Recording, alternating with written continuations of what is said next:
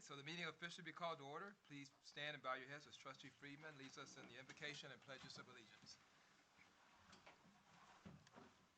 Almighty and merciful God, we ask your guidance and blessings upon this board, students, parents, patrons, teachers, and administrators, as we are assembled here this evening in the common pursuit of this great nation's wealth, our children.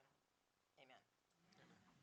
I pledge allegiance to the flag of the United States of America and to the republic for which it stands, one nation, under God, indivisible, with liberty and justice for all. Honor the Texas flag.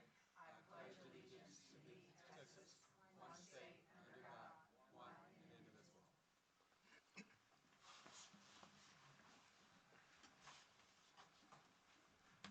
All right, thank you, Trustee Freeman. Officially, this is a called meeting, and this includes not only our new board members that have come on from before, also our changes in the officers. We'll officially welcome everybody at our regular meeting in that regard, but I still want to acknowledge the great work that our past officers have done and welcome our new board members once again, okay? Thank you. You're welcome. All right, so we'll go ahead. The first item that we're going to have for discussion on our called meeting part of it is going to be in our business and finance side of the house. I do want to say for all of us, I guess, the topics we have for tonight are growth and improvement packages and compensation plan. As a reminder, are feeder into our budget when we do our budget officially approved in August time period. So we'll go ahead and Dr. Kraft, you're going to start us out. Yes, sir. Mr. President, members of the board, good evening. Again, welcome to our newest trustees to the board. Excited to begin the next chapter alongside you. We'd like to, again, kick off the meeting with growth and improvement along with compensation and a retention payment. So I'm going to go ahead and turn this agenda item over to Dr. Braz and Ms. Contreras. And like I say, we'll talk through the growth and improvement package first, which, again, I know this item is probably a little bit more slender than what you would normally see in any given fiscal year. We have made a slight modification, particularly to Marshall High School and the athletic facilities. We found really a way to go ahead and fund those two projects, which are improvement projects to the athletic facility, the baseball field in particular, as well as the locker room facilities and lighting with this fiscal year budget. So without further ado, Dr. Braz, Ms. Contreras, I'll kick it over to you. Thank you. Dr. Kraft. Okay, so we're going to go through the growth and improvement, the totality of growth and improvement that is going to be included in the proposed budget that the board will consider for adoption in August. Some of the items that we're going to cover through here have already been seen by the board, most importantly the campus-based units, or CBUs, that the board approved in April to be included in the budget. So as we go through this, these are some of the things that you've already seen, but I would like to start off by saying that the grand total of the amount that is represented by all the items in growth and improvement, which includes new positions, we call them campus-based units. There's also non-campus-based units. These are positions that are not housed at a campus. And other items is $7.1 million. So that's the totality of what you'll be looking at tonight, approving us to include that in the proposed budget that we'll be talking about and presenting to the board in August. But keeping note that of the grand total, the 7.1, just over $5 million has already been given approval, the CBUs, back in April, right? So it's kind of, there's different layers on top of each other here. But in June, over the last several years, what we've shown to the board is everything that we expect to include in the budget in August and June, but some of it has been piecemealed through April, and certainly today with Mr. Muir bringing 6 additional units for campus-based units for approval, as well as 2 non-CBUs. So just to preface it that way, that when I finish, that'll be the totality of what's going to be in growth and improvement. However, Mr. Muir is going to be talking about 2 other items, which is 6 additional CBUs for approval, as well as 2 non-CBUs. This is just to recap the way that we have historically shown by the different packages within growth and improvement. So you can see the new elementary startup for the school that's going to open up next year. These are things that, again, were included, some of them were included in the, no, actually, the new elementary startup that is not part of the CBUs that we brought to the board in April. The new school base, Sotomayor and Reed, certainly, if you look, you'll see 6.1 was for new units, which the board has already seen in April. So those are really the two big drivers if you look at the new elementary startup that we always start the year before, as well as the new school base for Sotomayor and Reed Elementary School. Then we look at the other campus-based units. You see that 11.82, that's the remaining of them. However, 6.82 of these were already approved in April. The remaining additional units Mr. Muir is going to be talking about. So you can kind of go through and see we're adding special education teachers. I won't read the whole list. You can kind of go through and see what we are proposing to add to the rank and file for next year. Mr. President?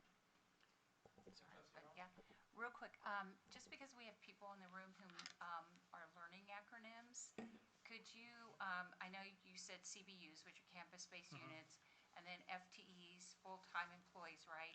Equivalents. Equivalents. So well, see, there you go. Perfect example. So, but it means full-time employees, right? It does, yes. Okay, Yeah. okay. Just checking. So Well, it would- not necessarily, but okay. Okay, well, Yeah, so you it'd could be have- a really good time to remind us what those acronyms are, if you don't mind. Okay. Are there any others on there that bilingual ESL, English as a second language? I don't see. We get so used to talking in acronyms. I know, right? We're good for now. Okay. Now, for instance, you could have 2 part-time people, which make 1 FTE. So that's why they're not all full-time. They could be 2 part-time. So the state does the same thing with students. We are funded, for instance, in special education based on full-time equivalents based on their particular instructional setting. So that's very common. Makes sense. It does. Not to me. So the other non-campus-based units, again, this will be discussed at a later point in the meeting for a network technical engineer and a network services. And again, we take great pains to distinguish between those positions that are being added to the budget that are campus-based and those that are not campus-based. And then we get into the things that have nothing to do with FTEs or CBUs or anything else. These are just things that are incorporated into the budget that the general fund is going to be responsible for. And you can see this list here. This is a list that Dr. Kraft was making mention of, that a couple of items were taken off here that will be funded elsewhere. HS is high school. I think that's about it that's on there. So. And then we break it up between how are we going to increase the size of the budget next year. As you can tell, the new school base and the new school startup make up the majority of what we're including in the budget for next year. If you were to go back 2-3 years, you would have seen that last other general fund a lot bigger than it is this year. I think, again, staff took note that, we are in this very strange kind of time regarding school district budgets, with the legislature not providing, at least not yet, any additional funding for us. So we will make do with what we've had this year into next year, of course, adding some units because of student needs and so on and so forth, and that's all reflected here in the G&I package. And that is it. Any comments, questions from the board? Yes. Dr. Barajas, just lost, where it said Language Labs contract increase or something, what is that? Mine went out too, so I guess everybody's did. Oh. The There it Language is. Lab contract increase. Yeah, I can't speak directly to that. I don't know somebody who entered that into G&I. My So colleague the here. language lab is part of what our students use in a variety of world languages, so it's part of a software Oh, that we okay, implement. Okay, so the software price went up. We have a lot at every high school. Yes, yes, ma'am. Anything else further? All right, Trustee Lopez? Thank you, Mr. President. When we talk about Renee, when we talked about the new campus hires, That's for the new campus, that's the Northwest Village, I think it is?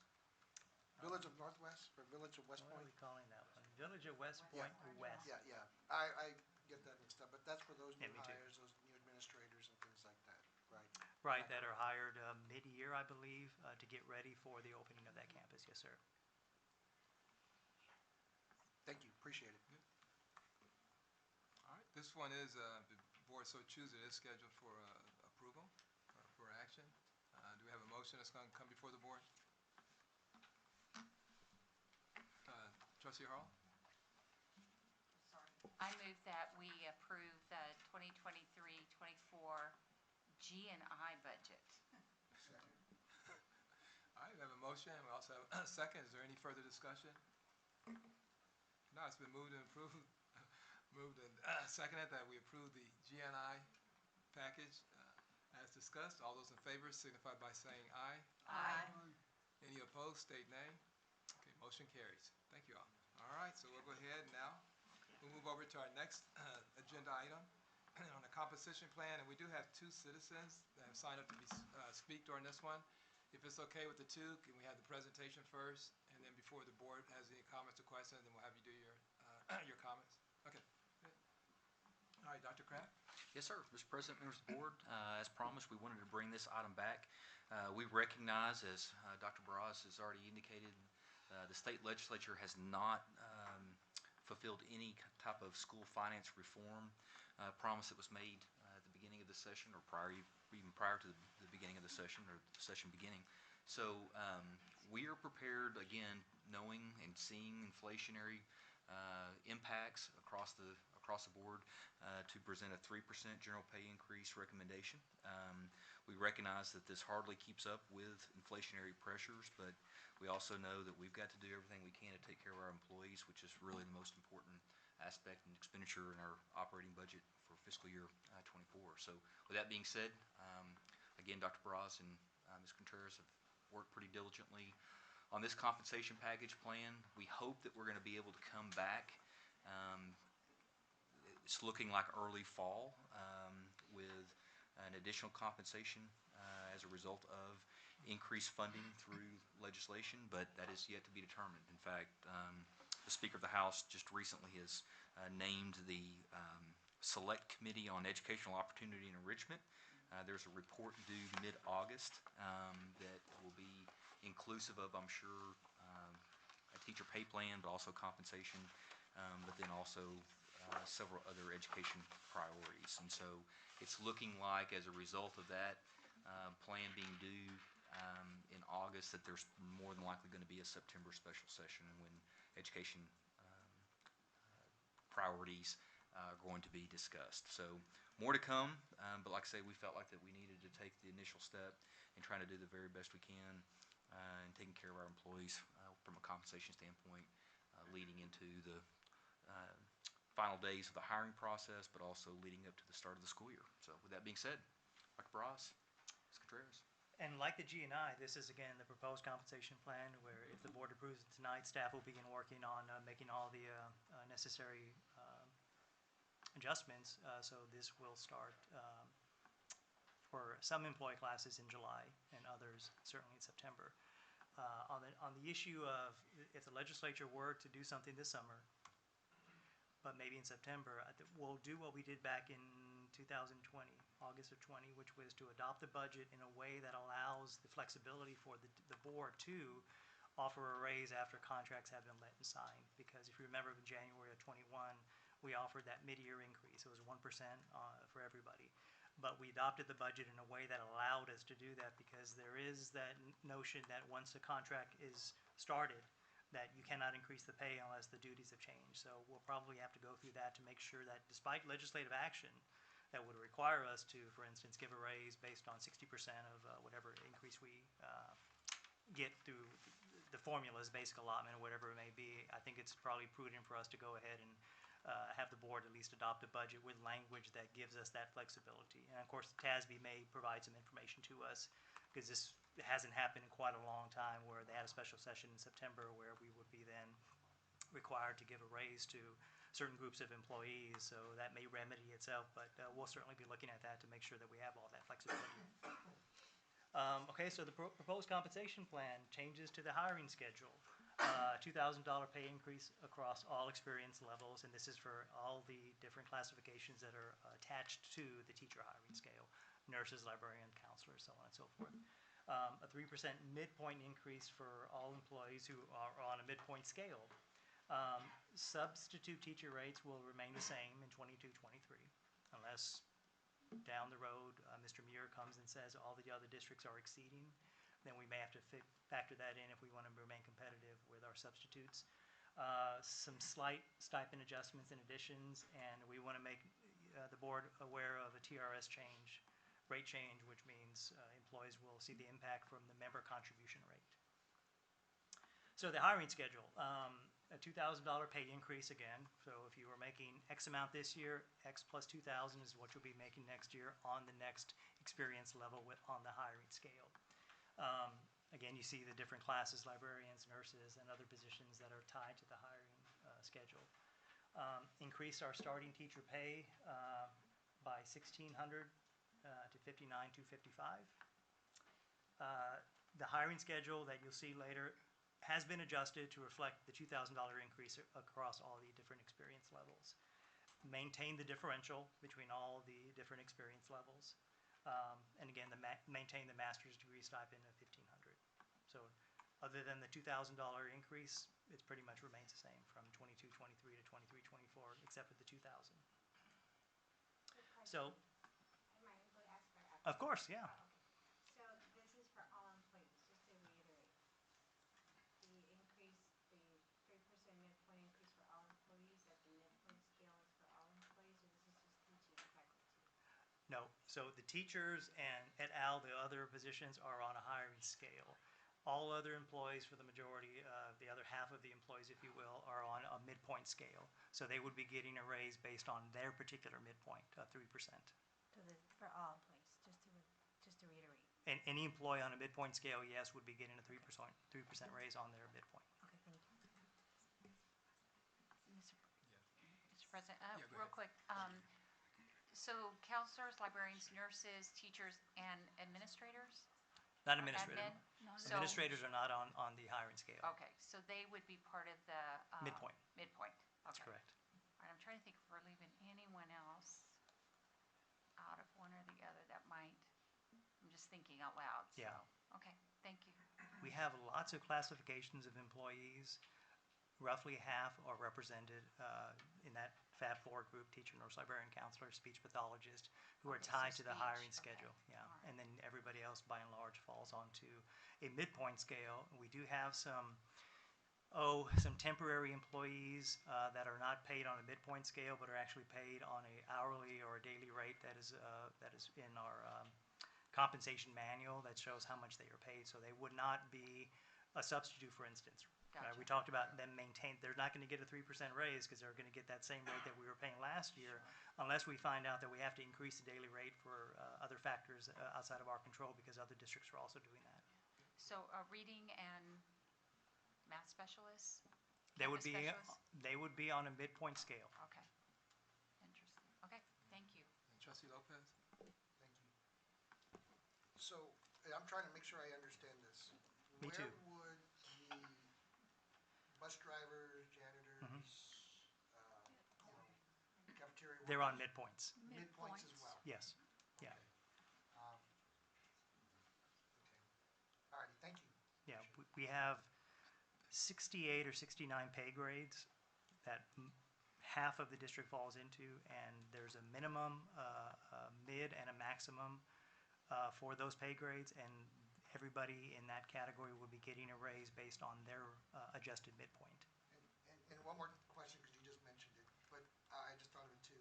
So we won't create any kind of compression in there either, right? Am I correct? That is correct. Yeah.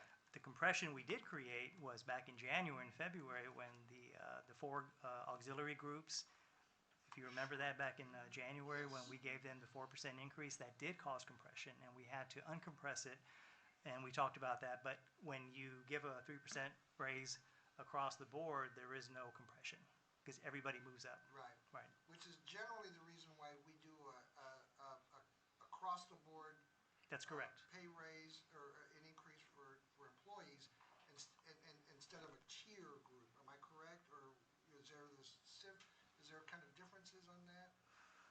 Well, when everybody is moving up, On a tier based, right? Like if we do 3% for teachers, you know, Well- 4% for, you know. well, we've done that in the past where a teacher, the teacher group would have received a different amount that was from the rest of the employees. So in years past, I think within the adopted budget, everybody was getting a 3% raise based on their midpoint, but we pulled out auxiliary and gave them a 4% increase. I think that happened in 21, 22, something like that. So that's okay too, because they're all moving within their particular pay grades. But what we did back in January and February was during the middle of a year to selectively pull 4 groups out and give those defined groups a bump and not those around them, then we did see compression, which is why I believe it was the elementary, who was it? Cafeteria. Yeah, who had to get some- bumped up some- because some of the bus otherwise, drivers. yes, it was in the custodial ranks when custodians were given the 4% increase. The elementary custodial supervisors had to be bumped up, otherwise there was no differential between the two. Right. So that was our attempt to uncompress that. Okay. I guess what I'm saying is, to me, when I'm looking at this, is it 3% across the board better, or is a tiered percentage for different class type positions that would serve maybe different class jobs differently, right? Obviously, because of the pay raises. Sure. Like for me, I'm looking at, let's say, you know, the cafeteria worker, bus drivers, let's say if we looked at a tier system that would say, hey, look, and I'm just throwing numbers out here, it's not specific, but if we looked at a 4% raise or a 4.5% raise for these class teacher or these class employees, and then a tiered for other type classifications, would it still come out to be the same? Because I mean, I don't know. I mean, I'm really having a hard time saying that just giving a 3% across the board helps everybody when I really don't think it does. I'd like to see a little bit more, but I'm just kind of telling you where I'm going, right, as we're going through this presentation. So I have a hard time. But go ahead, continue. I do have a follow-up question, sir, sorry.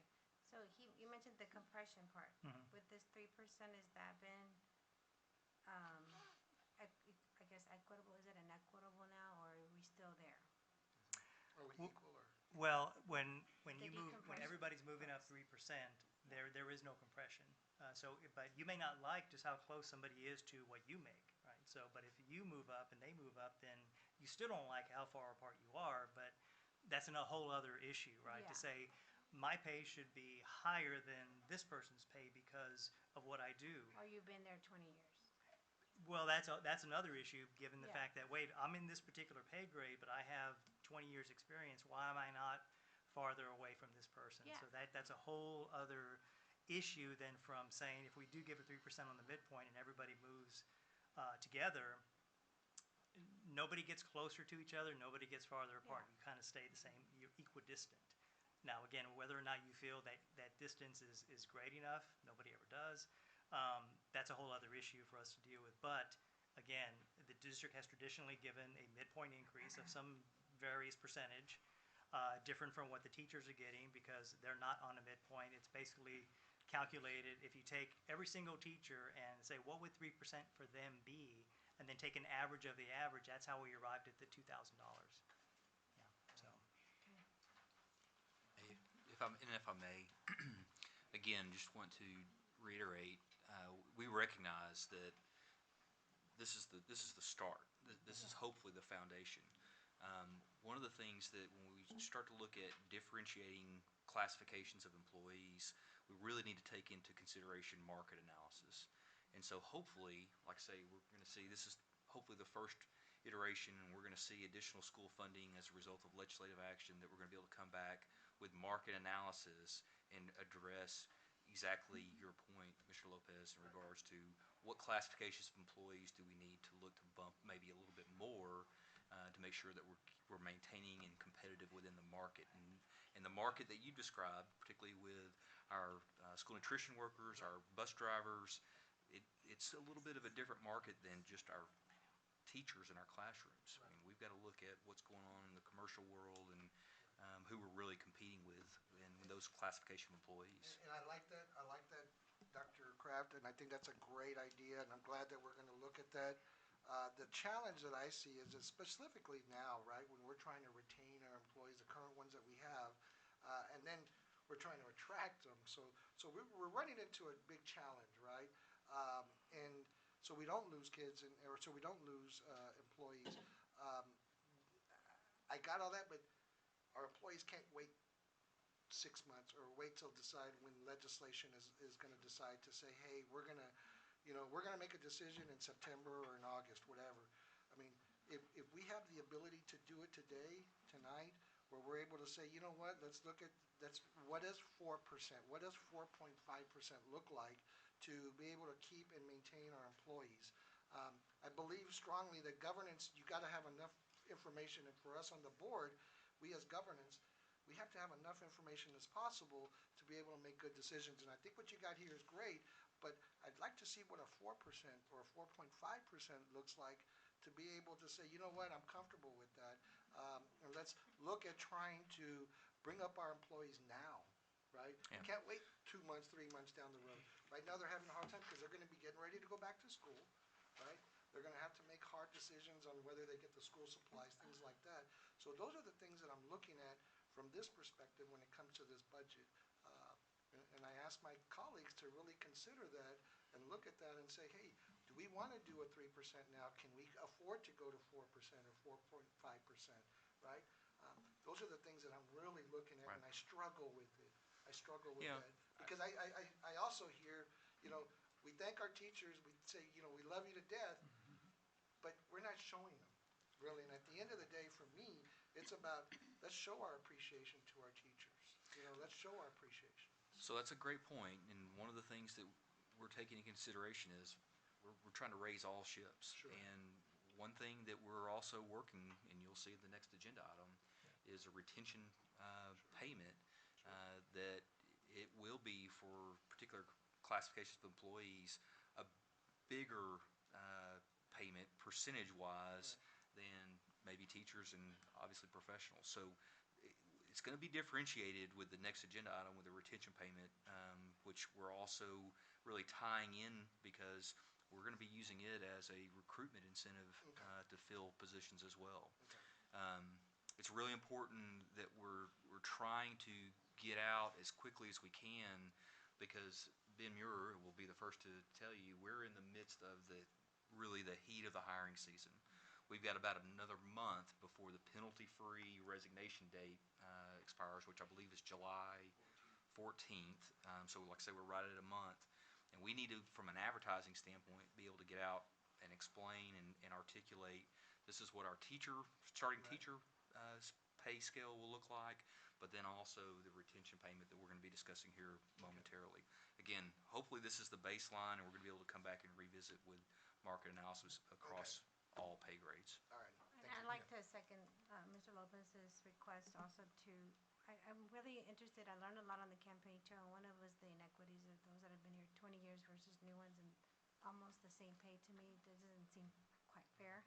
So I'd love to see that. I know we're gonna have a one-to-one with you, Mr. Rada has an eye, so I can understand the budget and how that worked in the past, but I know that's something that came up quite often, and I'd love to revisit, because I don't wanna lose those folks too, at the end of the day. We're gonna lose a lot of people, right, if it's not paid, the pay is not enough, and if our neighbor districts are gonna pay them more, that's a transient group that will go for that reason. So I just wanna make sure that I understand the equity side of those that have been here a really long time and are loyal to our school district versus someone that's just coming over new.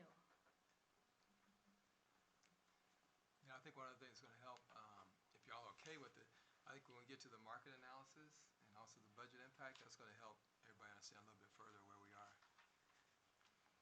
So you ready? Yep. Sorry, Trustee Durham, you're right, I got it. Trustee Harrell, yeah. I was gonna say the same thing. The next few slides might help. Clear up. See where we're going. So- Trustee Freeman, do you have a question? Now, I'll go ahead and wait to Mr. Blunt. Trustee Salcido, you got one? No, it was the same question. Y'all know, Okay, all right, we're good. I'm catching up on lights. So this is just a comparison of the 22-23 hiring schedule compared to the proposed hiring schedule for 23-24, and you can see across the majority of the experience levels, it goes up 2,000. So that's the hiring schedule for 23-24.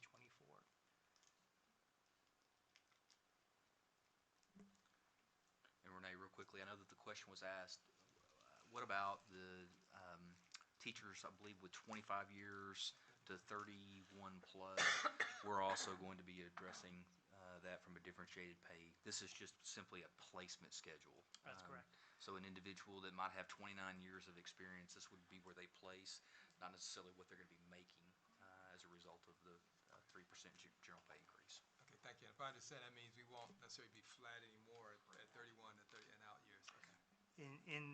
In the years past, when you got to year 30, it was called a cap, but it really wasn't, because when the district was able to give a raise, let's say of $1,000, so the hiring scale would go up by $1,000.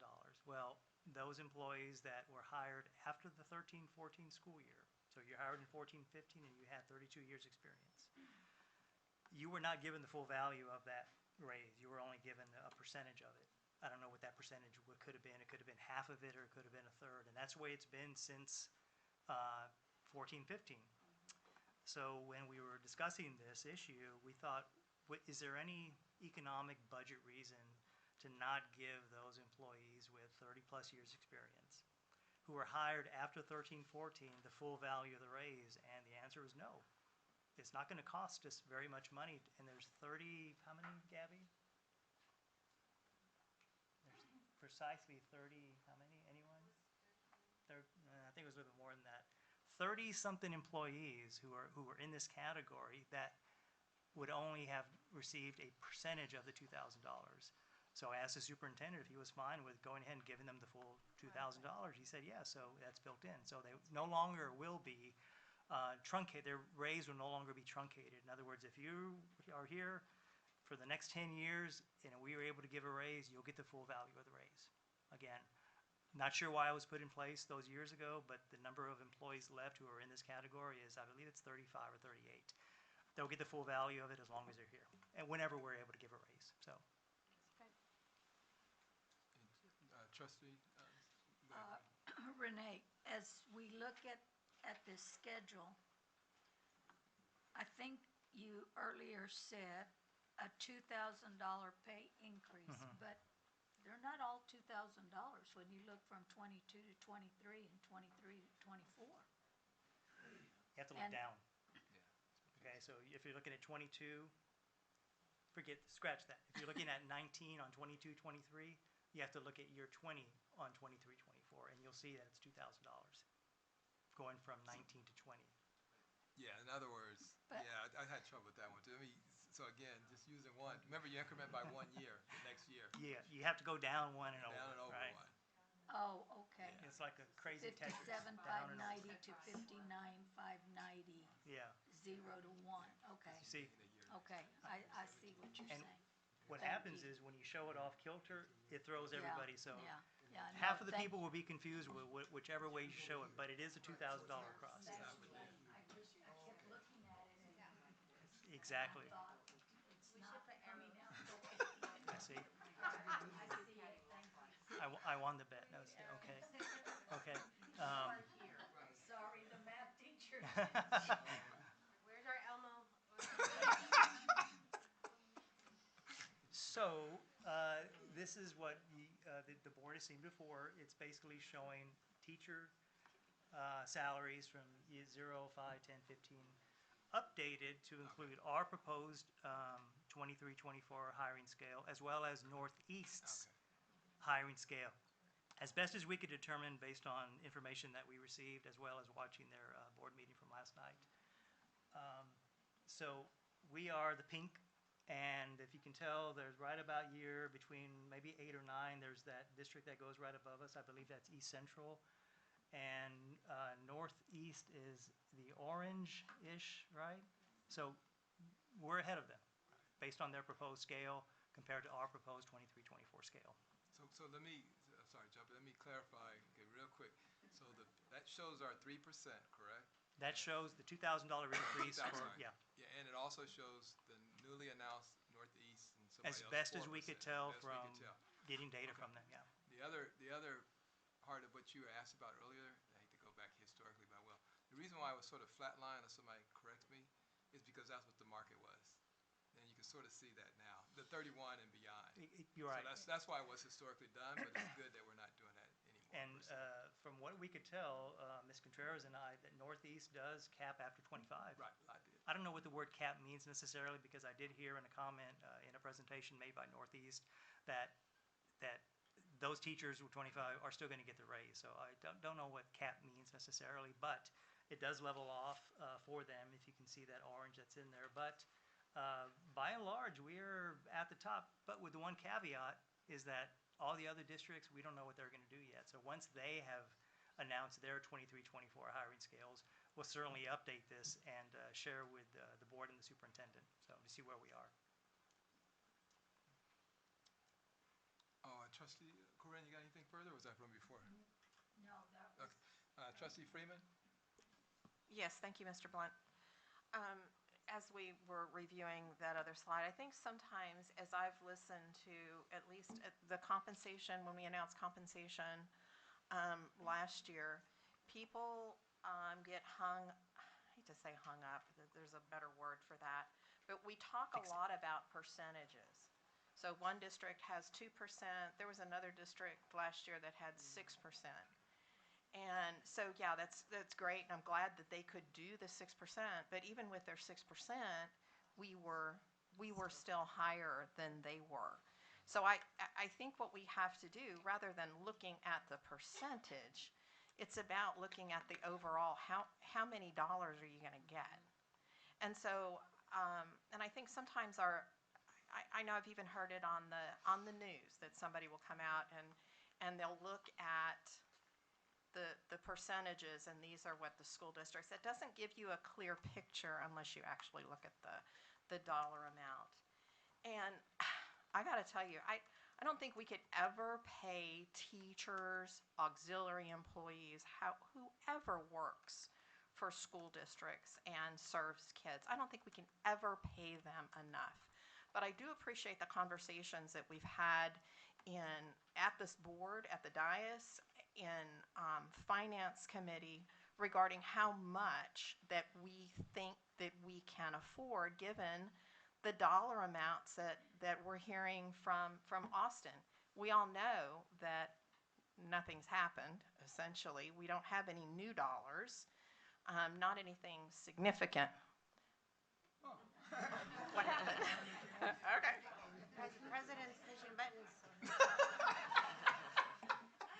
So we don't have anything significant, and we really don't know what we're going to have. So I feel confident that we're doing the best with this particular structure. We're doing the best that we can with what we have right now.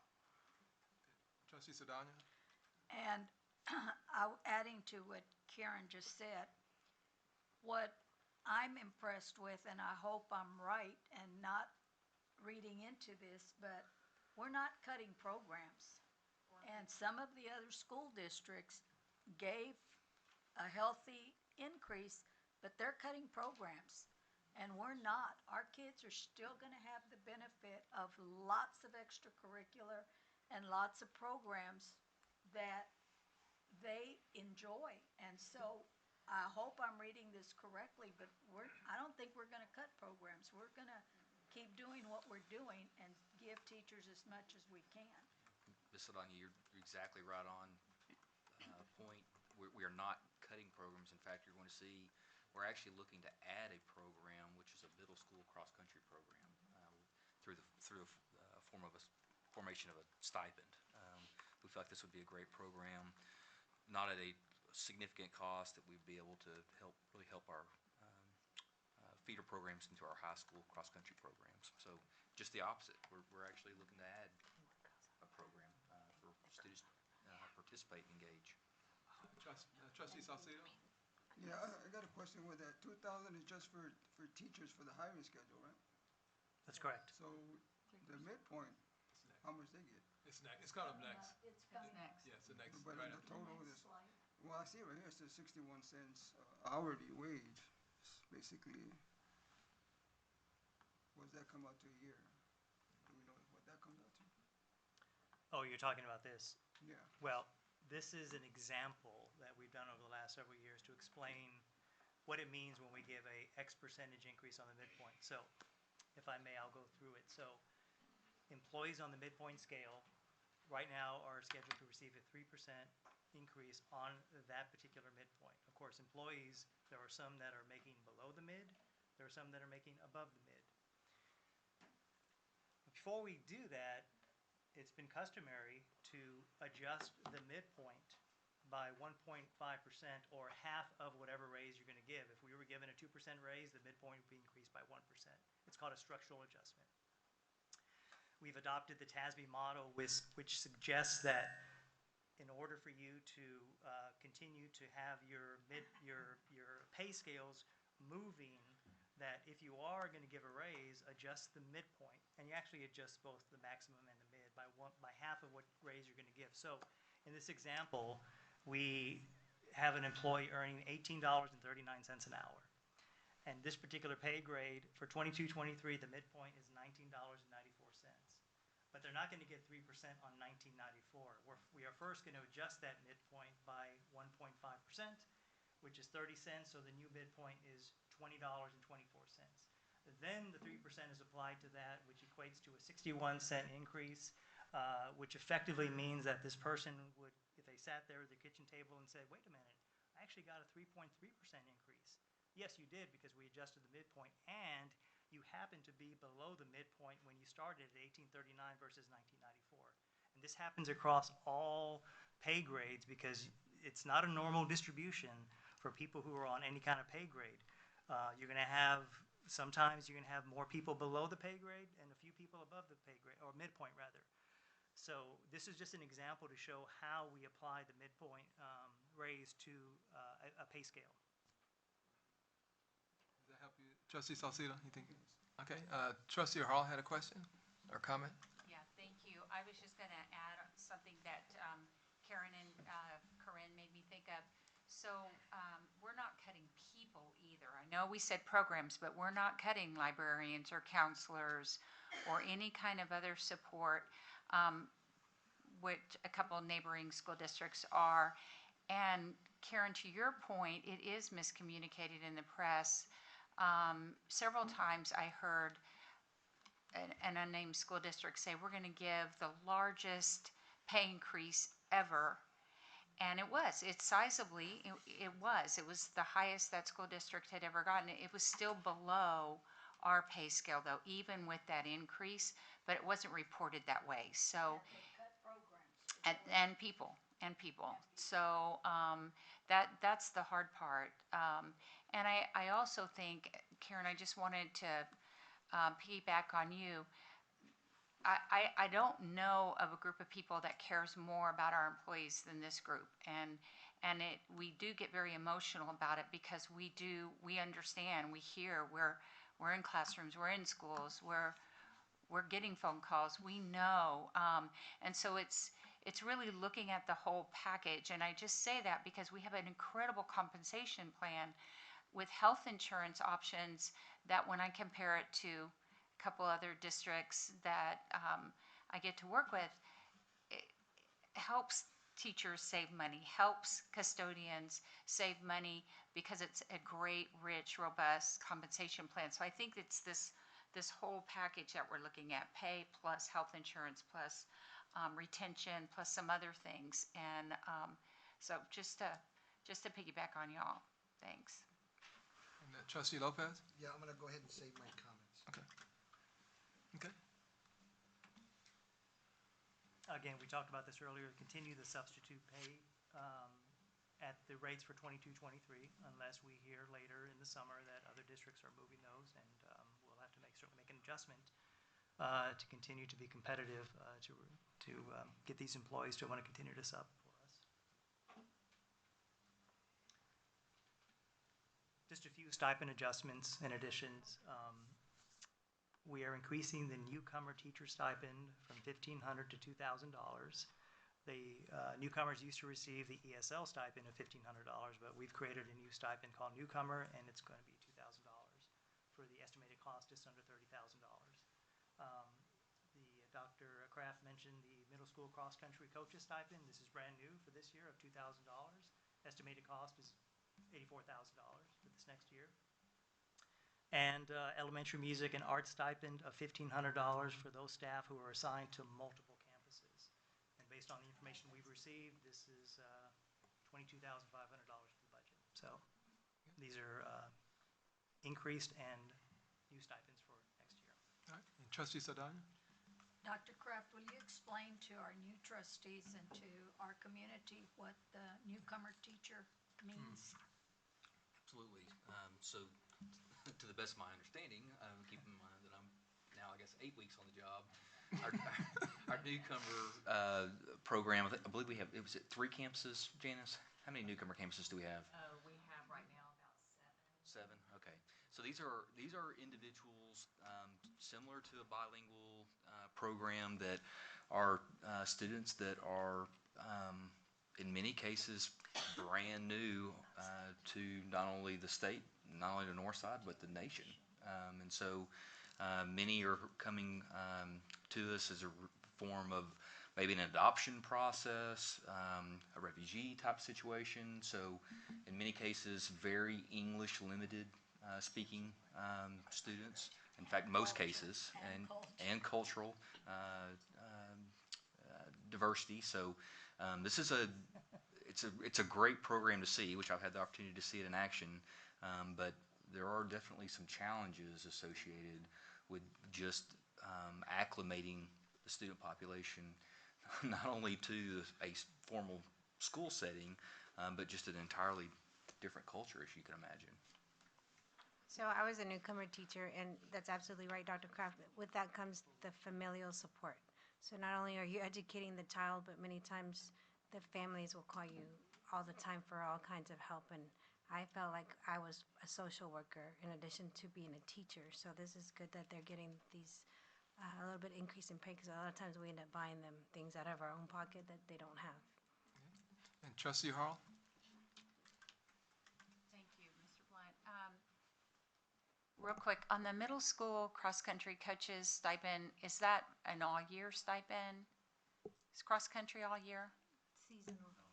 It'll be seasonal, but the stipend will be paid across. It'll be annualized. Okay, so is that in line with other middle school after-school programs? We believe it is. Now, again, the cross-country program, or the middle school cross-country program, is going to be pretty limited. So it's not an all-year program, and particularly the season itself, they'll probably, I think, run 5 or 6 meets that will be in and amongst inter-district, in and amongst our own schools.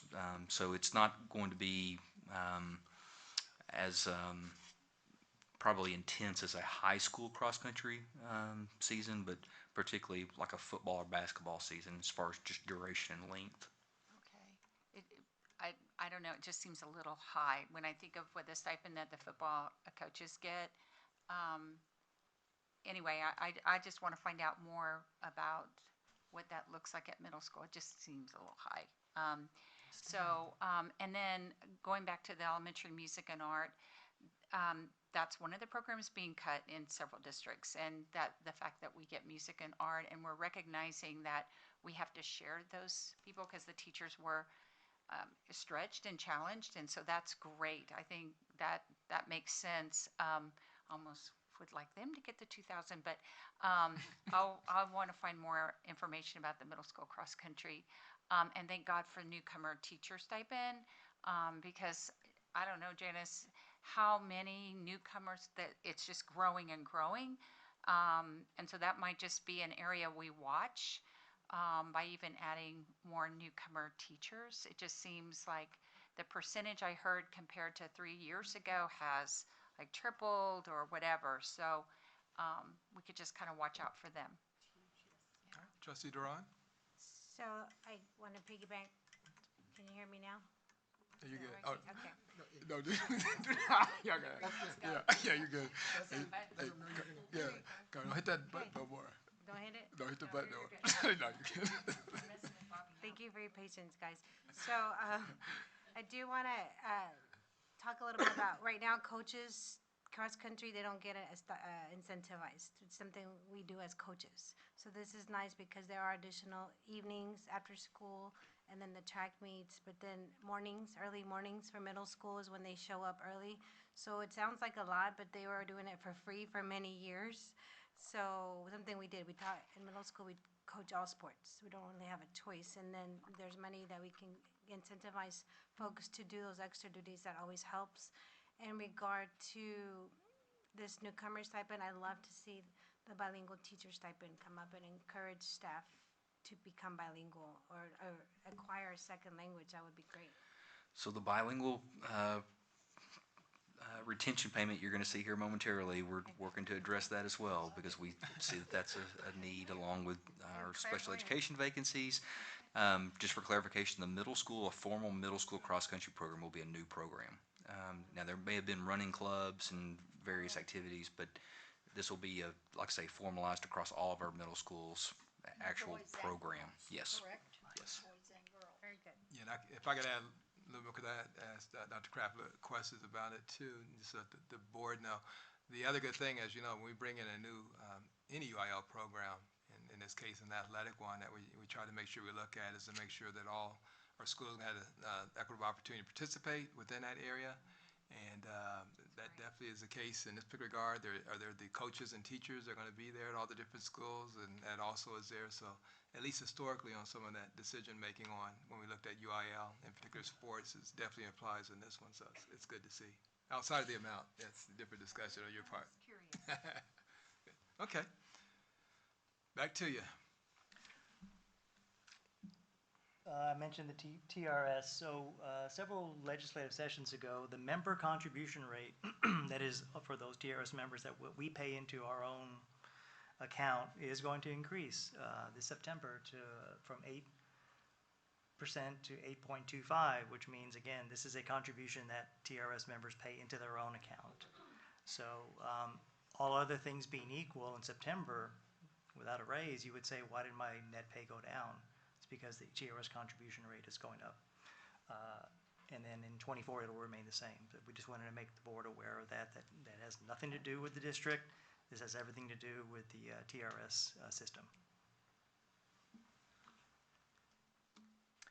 And just doing a compensation history going back to 1920, you can see the different, we've alluded to some of these over the past several comments, but in total, with the proposed compensation plan for 23-24, the district has invested almost $150 million in employees' compensation since 1920, which would include stipend increases, general pay increases, retention payments, one-time payments.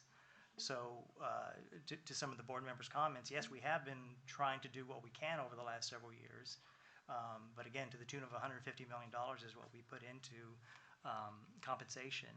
Now, I've heard a couple of districts in the area have announced the largest raise they've ever given. And nominally, I can say that 46.1 is nominally the biggest raise North Side is given, but I have no data beyond that, the 18, 19. So just to say that it is the biggest number up there, but I don't know if We you want, take. we want an article that says Yeah, that can we then. Okay, sure. Well, I mean, You got his attention I am there. quick to say that nominally it is the biggest raise since 1920. So. And then breaking the proposed compensation plan by the different funds. Of course, the general fund and child nutrition fund are two of the three funds the board will consider for adoption in August. The general fund's contribution this year is almost $25 million. Child nutrition, of course, the auxiliary groups that we talked about earlier, they're included in there. And all the other funds for just $27.6 million is the proposed compensation plan for next year. But this does not include the retention payment. The next item on the agenda is the resolution which would allow us, the board, to pay that retention payment, right now scheduled for September of 2023. So that is not included in this number with the $25 million. Okay. Any further comments or questions from the board? Yeah, Trustee Lopez? Thank you. So what you're saying, our compensation package for this year is 46.1 million, am I correct, with the 3%? Am I correct, Renee? With the retention payment. With the retention payment included, okay. That's correct. What would an additional 1% include? What would that include? How much is that? 1% in the general fund is roughly 7.7 million, So- 7.7. Let's just round it up to 8 because it's easier to do the math. It's about another $8 million So, for every 1% that we increase. okay. And obviously, that would be a great, that would be a financial boost to everybody, right? I mean, obviously, that 1% more would help everybody's income at least 1% more. To me, I think, I'm having a hard time with the 3%. I think this is great. I like seeing how you broke it down, so thank you very much for that. I'm having a hard time, John, though, specifically with, we can't rely on what the state's going to say. Hey, we're going to come out with this, because what if they undercut us, right? What if they, at the end of the day, we're obligated to take care of our employees. 4% now. What does a potential compensation plan look like once the state offers their saying, here's our numbers? What does it look like? Is it 2%, 3%? We've got to take care of our employees now is what I'm looking at. That's what I've been fighting for. That's what I've been asking for, and asking us to look at that at 4% or 4.5%, whatever it is. That's what we should be fighting for and trying to get our employees to that level. It's $8 million more. Is that going to really break the bank, Renee? Would $8 million more break the bank? No comment. No, I mean, it's not going to. It's a matter of the word that was used by corporations back 15 years ago, sustainability, right? So what we have to really look at is this level of compensation sustainable going into the future? Sure.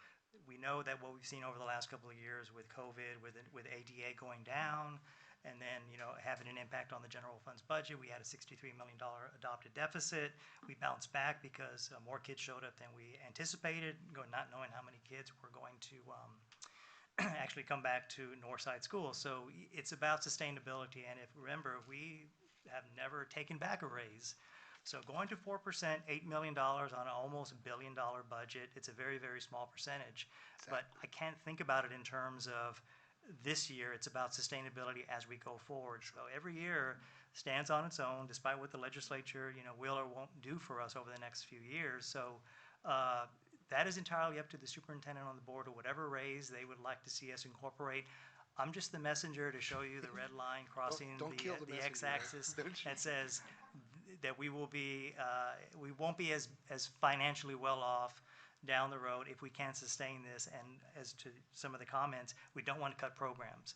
We don't want to cut staff in order to maintain whatever raise we gave in years past. So that's kind of where we stand from administration's perspective. So. Sure. Yeah, No, thank you very much. I appreciate that, Renee. And if I may, I'm just going to add, you're exactly right.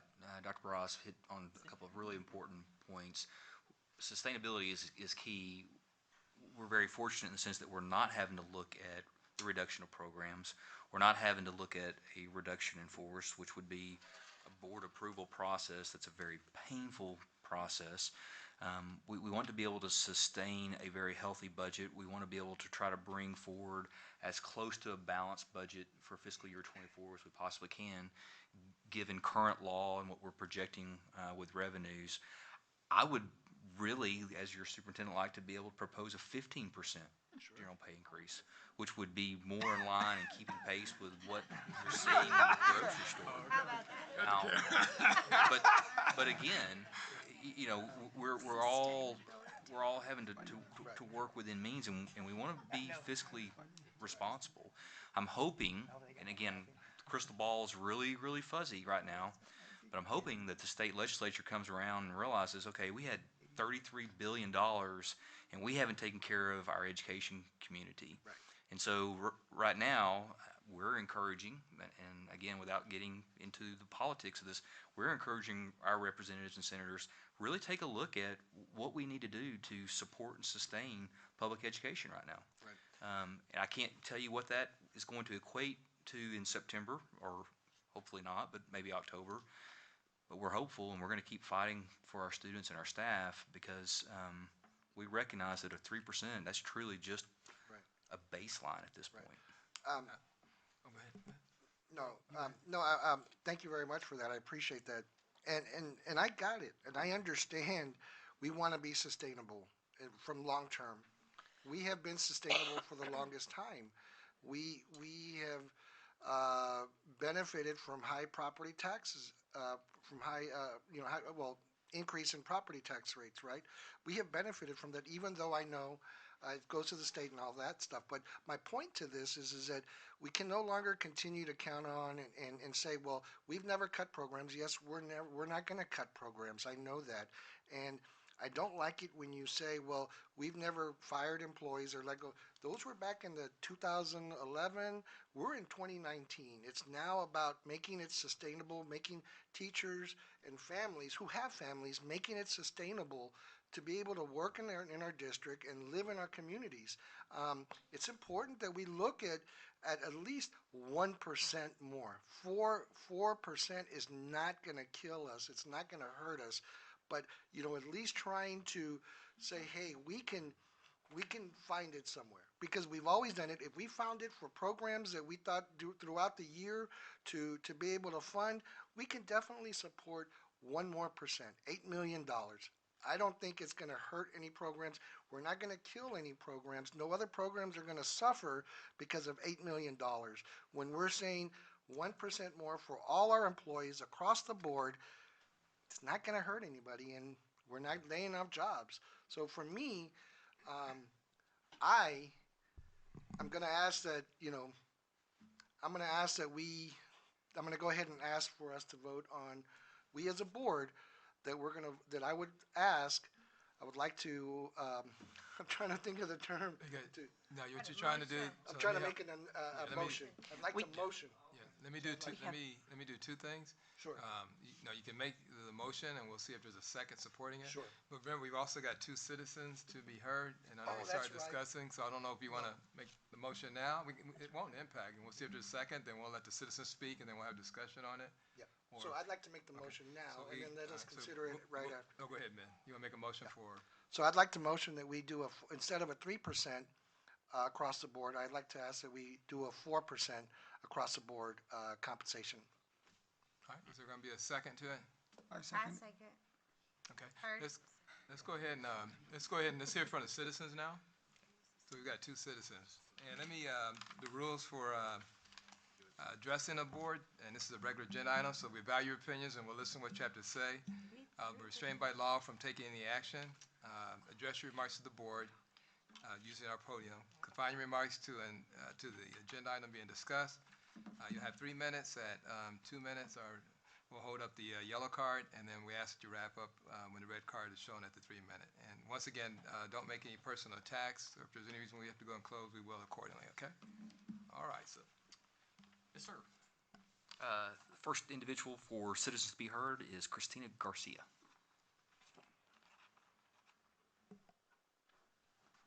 Hi, good evening. And I appreciate your input, Mr. Lopez. So my name is Christina Garcia. I have been working for Northside for the past 7 years. My first year, I was an instructional assistant for BMC. The last 6 years, I have worked as a special education teacher in both the collaborative classroom and in the ALE self-contained classroom. I am here today advocating not only for myself, but for the instructional assistants I work with. When I started with Northside as an IA, my family would not have made it if not for my husband's income. To work, I had to place my daughter in daycare. Only accounting for my IA income and the cost of daycare, I was negative $300 that year. Thank God for my husband, but not all IAs may be as fortunate. So Northside instructional assistants still, with the 3%, not 4%, but are making too little. With a 3% increase, they'd be making still 32% below the national average. That's not including having to also pay for benefits, insurance, etc. So the IAs I work with have 20 plus years with our district. As you know, teaching and supporting the special education population can be challenging. Many teachers and support staff are faced with handling aggressive behaviors daily. This is not the only job we can get, but we love our students and our career We chose this career because of the difference we make daily. Within the last couple years, normal work stressors have only been exacerbated by educators' low income, staff shortages, and outrageously high staff turnover rates. At my campus alone, 2 of our spec ed units have dealt with this by new hires quitting, assistants being pulled to cover elsewhere, and many times campus position relocations. Administration is doing the best they can with what they are given, but it is not enough. The stress is real. We are overworked and underpaid. This does not only affect teachers, support staff, and their families. This affects our children, our students. Current pay is not enough to retain our staff, and starting pay is not enough to keep newly hired staff. It has been said that the definition of insanity is doing the same thing over and over and expecting different results. I believe it is time for Northside to do something different. It is time to remove the extra strain and extra work placed on our staff daily. It is time to give respect and appreciation back to the teaching profession. And it is time for our support staff to make a decent living wage. Right now, you have the capability of making Northside the promised land it once was. I trust you will do the right thing. Thank you so much for your time. Good, thank you. Thank you. All right, y'all do me a favor. Remember my first one. Y'all. All right, no, yeah, y'all know what I mean. Okay. Thank you, Ms. Garcia. Next, we have, I believe it's Melina Esprita Ezekar. You're really close, Dr. Okay, thank you. Now you'll correct me. All right, good evening, Dr. Kraft, trustees. Thanks for allowing me to speak tonight. I'm Melina Espiritu Azocar, proud union member of Northside AFT, proud longtime Northside community member, and a proud mother to 2 kids that attend the wonderful schools of Northside.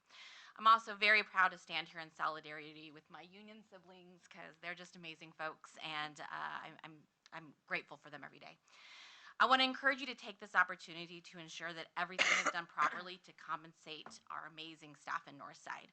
As we always say, our working conditions are our students' learning conditions, and we must ensure that we bring forward the very best compensation packages to support and retain our staff. I want to bring a few things to your attention this evening. In Northside, teachers are making 14.6% less than they did in 2010 if you take inflation into consideration. 70% of the employees in Northside live in the district where the cost of living is higher than other parts of the city.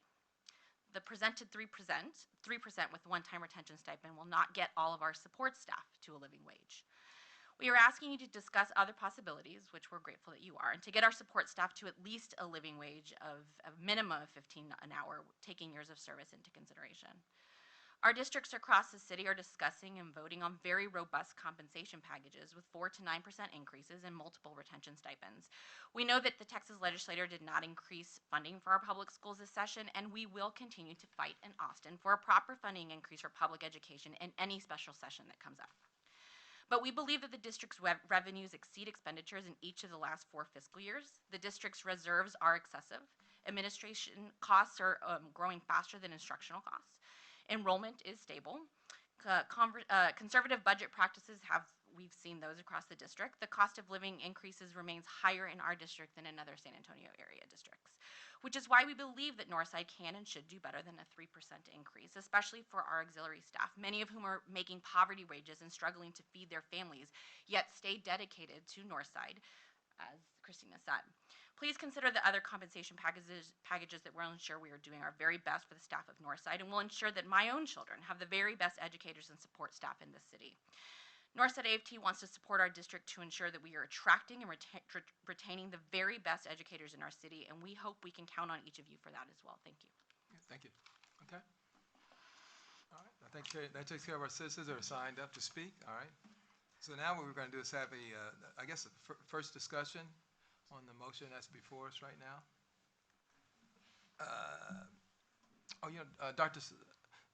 Trustee Salcedo, your light was first, and then we'll go. Yeah, it was before Gerald made the motion. Okay. But we're looking like a 4% for teachers and maybe 5% for midpoint. Kind of give them, get back up off that poverty level that we talked about. The school district that we were talking about on social media was 4% and 6% for classified employees. Social media gets a hold of that. We're going to lose a lot of custodians. We're going to lose a lot of bus drivers going over there. So that's my opinion. you know, social media gets in there and they start talking, I got 6%, we're giving 3% or 4% maybe. We're already behind, I think, like 90 bus drivers that are unfilled, that we can't fill, custodial workers. I mean, got McDonald's making more than them. We need to at least give them at least 5%. That was my opinion. Thank you. Thank you. Corinne, Trustee Saldana? I have to reiterate what Renee was saying about sustainability because I'm a former teacher. I wish we could give you 15% like Dr. Kraft said. I would love to be able to do that. I would love to raise the salaries of all our auxiliary personnel, but we have to live within a budget. And right now we're not living within a budget. We're gonna start the year in the hole. And how much more are we going to do? Remember that we have to have a certain amount of money that the state requires in reserves in case there is a situation like we had once before. So as much as I would love to say, yes, let's give more money, those $8 million, along with what we already are in the hole with, just goes even deeper. So I feel like we've got to learn to live within our budget, as much as I hate saying that because I would love for our teachers to, all our employees, to get more money. I think that, and I realize what you're saying, Gerald, that, you know, they need the money now. Probably our auxiliary employees a lot more than the teachers, but sustainability is a big, big elephant. Thank you. Trustee Hall? No, I just had a real quick question. So whatever we approve tonight is not the I mean, we are always welcome to come back and visit this at another time, right? Like after the September session or whatever. This is not a submitted decision, although it'll sound like it. Is that true? Yeah, go ahead. Yeah, Dr. Kraft. Yeah. Okay, I don't want to interrupt the discussion. Dr. Harrell, to your point, yes. Again, we're hopeful that we're going to see some school finance reform that's going to be positive, that we're going to be able to bring back compensation and the compensation conversation in a completely different light. We're working within the parameters and the means of current law, as Dr. Braz articulated, and I'm very familiar with the $63 million deficit budget. Now, luckily, as a result of ADA and some investment, that has been cut back, but it's not going to be net zero year-end audited, I'm afraid. And so we've got to be fiscally responsible, particularly not knowing what is going to happen in a special session, but particularly with school finance. It's looking like it's going to be well into the start of the school year, but also the beginning of our fiscal year, which is September 1. So I think that taking we need to see what's going to happen before we start to overspend, per se, because again, this may all get washed out and held up as a result of a voucher or ESA program not coming to fruition. And so there are a lot of unknowns. I would say that where we are from a legislative standpoint, and particularly school finance standpoint, is ground zero. We're starting all over. The whole conversation is about to start completely over. And it's unfortunate that, like I say, we weren't able to see proposed legislation come to fruition that would benefit in the form of a basic allotment increase, but that's just our reality. And it will likely be September before we see any indication as to what we can expect as far as an increase in school funding. And so one other question I had with that is, so I know there were some things signed today by the governor regarding set curriculum, and there's been others, but are any of those unfunded? We've had that hit us in the face, and we've been ready for it, but we haven't had this huge deficit right when it happened. So Is there anything like that that we should just keep on our radar? There's absolutely legislation that has been endorsed, executed by both the House and the Senate that will effectively go into law the 18th if it is not vetoed by the governor, particularly being House Bill 3, which requires an armed security officer assigned to every campus. Again, not in opposition theoretically, but that is a prime example of an unfunded mandate. We anticipate that we would have to hire an additional 60-plus officers in order to be able to meet that requirement. So to your point, yes, there are several unfunded mandates that, again, we're going to be working with the trustees and addressing through Texas Association of School Board resolutions to be proposed at the Delegate Assembly this summer. So it's a great point as well. And there may be others forthcoming as special sessions and agendas are established in regards to more unfunded mandates. Trustee Lopez? Thank you. I'm going to make one plea one more time. No, and first of all, let me start off with this. I want to thank you, my colleagues on the board, and Dr. Kraft and Renee for your patience and your understanding and answering our questions. But most importantly, to my colleagues, because these are the discussions that we've got to have, and we got to continue to have those. And facing and everybody's making great points. I got it, and I understand it. Everybody's passionately supportive of 1% or whatever, or 3% or 4%, whatever it is. I know we're going to come together. I know we're going to work this out. But I just want to make sure that we can't depend on what the state is going to give us. At least right now, I'm asking you to consider the 4% because it's the right thing for us to do to help our employees move over this hump. And to your point, Carol, you know, that yes, this budget is not going to be solid. I'm hoping that, you know, we can be able to make that adjustment and maybe give another 4% or 3%, whatever it is. We're going to help. We want to help our employees. We want to show them that we value them. My belief is 4% right now is got to be. We've got to support that. So I encourage you to consider that 4% pay increase for this budget. So thank you. Yeah. Thank you for the passionate communications and the talking. So it's good to hear. Thank you. Trustee Freeman? Thank you, Mr. Blunt. It is because we don't have any idea as to what will happen in any future legislative session that I believe we need to stick with our current recommendation that we have. I am quite proud of our salary structure that we saw just a little while ago and being on the top in, at least right now, in Bexar County. And again, is it enough for teachers? No. I think all of us can agree here, we can't pay our teachers enough. But it is what we only have so many dollars. And regarding increase, we all know about property taxes and such, but this particular school district, as other school districts in Texas, do not benefit from increased property values or increased property taxes. So we're not getting any new money. Even the money that was proposed in the regular session, the 5-point-whatever billion dollars, did not cover inflationary costs. So it would have been new money, but it still wouldn't make us whole.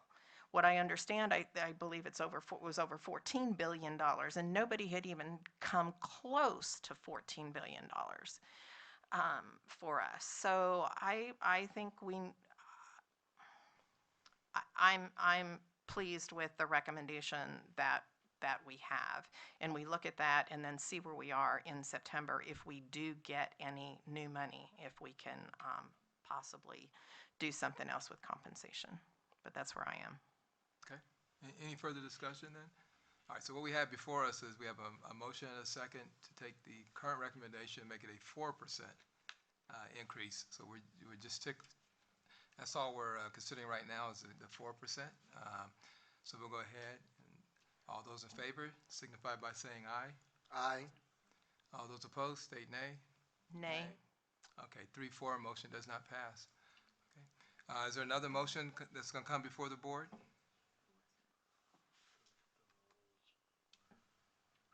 Mr. Blunt, I move to accept the compensation package as presented to us by staff. All right, is there a second to that motion? Second. Okay, is there any discussion on that motion? Yes. Yeah, go ahead. Trustee Saranya? I thought we were not voting on, Well, all we're voting compensation on plan. is the compensation Yeah, package, not the a budget. Nope. Okay. Just explain again, this is the compensation plan to go into the budget. Okay. Like you said, subdivision, but that's what's going to go into the budget. Then in August, we will vote for the overall budget, which is the subpart to So it. this can still change. I mean, hopefully Okay. not for the worst, but No. we're voting to go with this Compensation compensation plan. package at this Yes, ma'am. time. We won't propose a reduction at this point. Okay. I wouldn't survive I got you. I got you. walking out that door, I'm afraid. So, I'm looking forward to the September conversation to see what we can do to just look at those folks that are condensed. That's really my biggest concern, just to make sure it's equitable for those particular ones that are. Absolutely, and so that's our intent, and so do we. We want to pick this conversation back up desperately. To your point, Ms. Albania, this is, though, about 83% of our general fund operating budget. So this is a significant vote because obviously, As long as it's not gonna change to go down. Yes, ma'am. That's all I wanna make sure. Okay. Okay. Trustee Hall? I think it was answered. Okay. I think, John, you answered it. All right, any further discussion? All right, now it's been moved and seconded that we approve the compensation plan as presented. All those in favor signify by saying aye. Aye. Any opposed, state nay. Nay. Okay. Was it 4-5-2 or? I thought we already voted. No, you voted. The 4% first. 4%. Oh, my This goodness. package. Okay. All right, you get 5-2? Same as before. Okay, 4-3.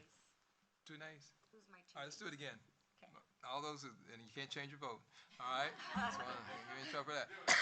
All right, so I can see. So raise your hand if you're Yes, voting please. aye for it, so we can see. 1, 2, 3, 4. Those opposed, raise your hand, state nay.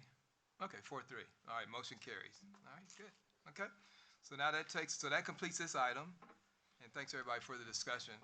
Let's go ahead and we'll go over to our next item. Dr. Kraft. Okay, as promised, this is a resolution for your consideration to consider a $1,200 retention payment using ESSER funds that, like I say, we would like to be able to advertise. And I know that talking about the 4%, if you take into consideration the $1,200 for all full-time employees, for many classifications of employees, that's going to bring their compensation well over 4%. And we can run some numbers, but like I say, $1,200 for full-time employees, with the exception of bilingual and special education, which are really difficult to recruit and retain positions. We're proposing $2,500.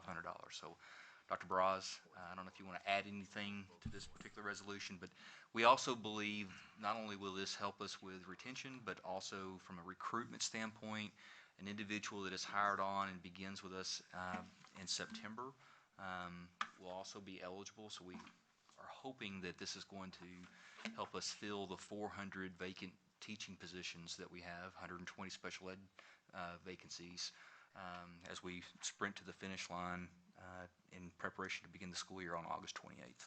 So if they get elected, or, I'm sorry, hired in October, will it be, No, they don't get anything at all? So yeah, it's just like an incentive to come now. that's correct. Okay. And so the way that the other article, news article that was just published, I know that you specifically listed in that PowerPoint slide, it is not equivalent to a 4.5%, even though that's how the other districts are selling it. So what would it be an equivalent to, más o menos? Like, Well, it's different for everybody. Yeah.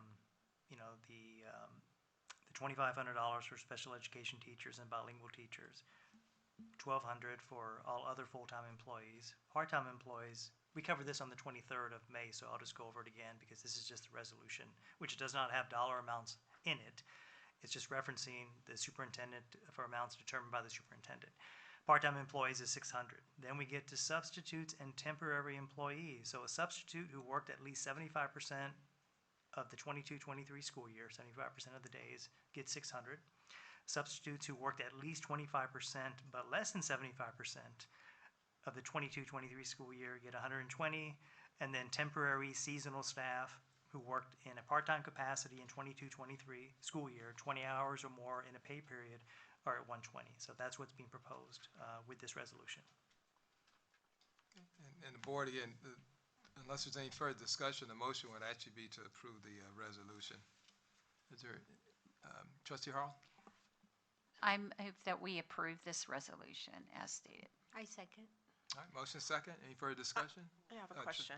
Yeah, Trustee Freeman? Okay, so please clarify again. So they have to be an employee as of September 1st, or tell me again?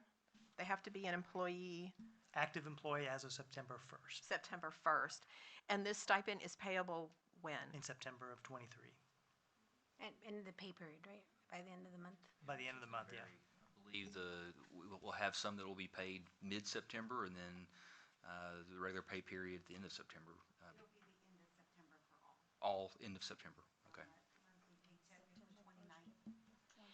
Is, 3, do y'all this think, September. But I'm saying, they had to be a full-time employee this past school year. This September 1st. Like I Have to say, be hired that's how by. we're using it also as a recruitment. So the recruitment tools will come to Northside before September 1st. It's better benefits. is, so I do know that I have heard other resolutions passed locally regarding stipends, and they've included a later pay date for the stipend such that the employee has to be at least employed by a certain period of time, as in the first semester, I don't know, first 6 weeks or something like that. Is there something like that that you think that perhaps we should put in? So we Have a contract. We discussed it, and we just felt like, Ms. Freeman, where we are from a hiring standpoint, we need to try to use this not only for retention purposes, i.e. rewarding those that have been with us last year and are continuing. Because keep in mind, we start the school year August 28th, so we'll know by September 1 those that have separated or left prior to the start of the school year. We need to also use this as a recruitment, not only for our critical shortage areas, but also for our bus drivers, our auxiliary staff. Really, this is an all-on retention, yes, but also recruitment. That it would be hard to tackle it differentiated in both regards. I just mentioned that because it just No, it's a keeps- great point. We discussed it at great lengths. Okay. As well. It Thank would be hard for teachers to move around after they sign that contract. Well, Anywho. it's not, this is not just teachers. Right, but I Oh, mean, y'all, that's, Yeah, we're and, good, yeah. and that was gonna be my comment. What if they stay until September the 5th or September the 10th, knowing that if they're working for us on September the 1st, they're gonna get, We're going to ensure that 1,200 it is bucks. such a phenomenal work experience environment that will not happen. So, So- Danya, and just for the record, this is ESSER funds, right? yes, ma'am. Okay. This is ESSER funds this was actually a retention payment that we've been looking at. The timing, we just felt like it would be more appropriate, again, to try to work it in the month of September to help with our hiring process this summer. And it's one time only. And Trustee Salcido's been patiently waiting as his light has been lit. We don't have the numbers anymore from we said 600 for bus drivers, custodians, and that's the bonus from the Don't forget your mic. retention was, we can't Hey, hear you, Dave, sir. you said it was 600 for bus drivers, custodial, no? No. Give me the numbers again, I didn't Okay, see so them up there. special education teachers and bilingual teachers are each 2,500. All other full-time employees is 1,200. Part-time employees is 600. Okay, yeah, I just wanted to make sure I'm writing that numbers down right. Trustee Zidane, was that your comment that you snuck in? Okay. Trustee Harrell? When do, remind me again, when do ESSER funds? September of 2024. Okay, so one thought that was suggested when we first talked about this last month was going back to what you said, Corinne. They get it, they sign on, right, and then get the bonus and then leave, right? Go to another district or something. But they were suggesting that it be paid at Christmas time, and so. That was one thought, that, you know, at least mid-year and during a time where you might need it a little more than other times, might help with that. But I like Dr. Kraft's explanation that they're going to love our schools so much, and this is a win-win. This helps with our earlier conversation so much, and reading it a couple days ago really sealed the deal for me. So. And it's for everybody. 1,200 for everybody. That's full time. That is an incredible gift. So the other thing that was shared the other day was if it could be split up so it wouldn't hit in a way that like this 1,200. Do I, you know, where perhaps some decisions needed to be made about where do I save it, or taxes, things like that. So I don't know if it makes a difference to split it up. Those were the two comments when I was talking to folks. So That's a great point. From a taxation standpoint, it shouldn't make any difference. Year end, it will all wash out. wash and settle out. The splitting up of payments, I worry that would logistically create some challenges. I think that, again, each individual household may look at that a little bit differently. Let us budget our own money, and we'll put it in a separate account and split it up ourselves. Take that approach. Yeah. But it's a good thought. It's a good question. Back to school. Good people say good things. All right. Trustee Zidane? Just one more All time. right. If there's ESSER money left by September 2024, we're going to use it again for Northside. We're not going to lose that money. I am Another retention. planning on not sending a single penny. Just want to Back make in sure ESSER y'all funds. remember that. We're going to have our ESSER death will die broke. So. And Dr. Harrell, I just want to, I know you mentioned this, but the ESSER payment in September is not a gift. I get very leery about that. I'm trying to protect the board, right? It's not a gift of public funds. The resolution says the board believes the public purpose described above fulfilled by implementing, so on and so forth. So it is not a bonus. It is not a gift. It is a retention payment. Good. No acronyms there. All right. All right, so we good then? Any other discussion? All right, not. We have a motion and a second to approve the resolution. All those in favor signify by saying aye. Aye. Any opposed, state nay. Good, motion carries. All right, so now we're ready to shift over to human resources area. We have three Please. topics there, starting with our additional campus-based growth and improvement units. Thank you. Good evening, Dr. Kraft and board. Hopefully this is, I don't know if it'll be more exciting or less exciting, so I don't know. So what I'd like to start off with, and I know Renee pretty much hit on the 2 points, were the new campus-based units, which there were a total of 6. One being the additional attendance secretary at Sotomayor due to the increase in student population, and then the 5 dyslexia specialists / interventionists for a total of 6 units.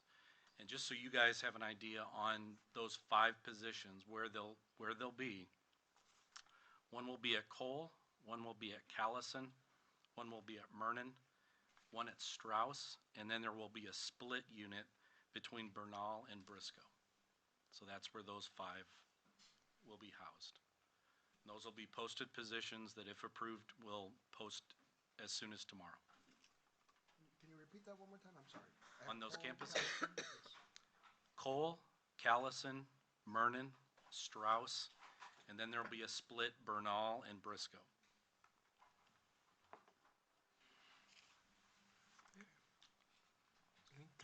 Trustee Freeman? I'm just curious regarding the increase in the dyslexia specialists or interventionists. Does that have anything to do with our isn't there a new law that identifies dyslexia as spec ed? That's absolutely the case, and it's purely number-driven to be able to support the number of students that we're identifying. Because right now they fall under 504. They have. Yeah. Yes. And obviously, those campus being the highest number of students, identified students. Any other comments, questions? Again, this one is scheduled for action if the board so chooses to approve. Is there a motion to come before the board? I motion to approve. Motion, have a second? Second. Motion and second. Any further discussion? All right, if not, it's been moved and approved. It's moved to second to approve the additional campus-based growth and improvement units as discussed. All those in favor signify by saying aye. Aye. Any opposed, state nay. Okay, motion carries. All right, non-campus-based units. On-campus-based units, and I think you saw this earlier as well. It's two, and it's both in the technology department and in the notes of Renee's presentation. Basically, these positions were going from bond-funded positions now to local-funded positions. Any discussion? As stated, we have seen this before. Dr. Harrell? I move that we approve the new non-campus base units for 23-24. Second. I have a motion second. Trustee Freeman? Okay, never mind. Don't look at me that way. Okay. Your light was Sorry, lit. old light, old light. Sorry. Saldana seconded. All right. Ms. Saldana seconded it. I know. I was good, but your light was on. Okay, sorry. All right. All right. Any further discussion? All right. If not, it's been moved and second to approve as discussed. All those in favor signify by saying aye. Aye. Any opposed, state nay. All right. Motion carries. Great, thank you. All right. Alternative certification. Very exciting. So, Ben, if I may, I'd like to provide a little bit of context. And this is for information simply because timing is of the essence. Right now, we're sitting currently at about 400 classroom teaching vacancies. Out of the 7,500, that proportionally speaking is not too worrisome, but we still have a pretty good stretch to go to get to the start of the school year in particular. I do believe that from a recruitment standpoint and retention standpoint, what you've just approved is going to be really helpful, particularly from an advertising standpoint, which we're going to begin to work immediately as Mr. Perez back there I know is typing away. One of the things, though, that would like to just at least have the conversation for your possible consideration, we've assessed and we have about 2,000 employees that are degreed individuals that are working in either an instructional aid capacity, maybe as a long-term substitute, that we would like to really begin to work to try to recruit into pursuing an alternative certification. We realize that we're going to have to, and recognize that we're going to have to really work with these individuals, assuming that they take us up on this offer, from a professional development support, classroom management, behavioral management support. But what we'd like to do is start the conversation tonight just to see if there is any interest in a reimbursement certification process program up to $5,000 to try to really help to recruit individuals. We could, in many cases, hire individuals on an emergency certification for this year to help close that gap as we're going to sprint to the finish line, and then, like I say, work to help them attain their certification. It would be a 3-year commitment to Northside ISD, and of course the big question is what happens if they leave in that time period. Unfortunately, their paycheck would be docked. We will work to recuperate those funds. So the expectation will be for them to complete, like I say, the alt certification program. And like I say, we'll work to support, but we really feel like just seeing what the education pipeline, preparation pipeline looks like, we're going to need to really work with some innovative ideas to recruit and retain, and develop the next generation of teachers. So that being said, Ben, I know I probably gave a lot of detail, a lot of depth, but this is one that to me is very important. One of the things that we've assessed this spring is just the number of individuals that are having to cover classes as a result of not being able to have substitutes or vacancies, pulling instructional aides for various responsibilities that are pulling them obviously from the students that they're assigned to be working with. And so we're trying to get the vacancy piece as shored up as possible to really relieve those efforts so that we reduce stress across the board, but then also individuals are truly working in their job settings that they were hired to work with, in particular the student population that they're hired to work with. So I think that this will not immediately necessarily, but in the long term really help us in shoring up some of those gaps. Pending any questions, like I say, this is for information. We'd like to really refine this and bring it back on the 27th for your consideration, just knowing that we're going to be entering, like say, the final weeks of ensuring that we have highly qualified teachers in every classroom to start the school year. Can I vote ahead? Let's first hear from Dr. Harrell. No, I had a real quick question. Thank you, Mr. Blunt. So I'm looking at this list.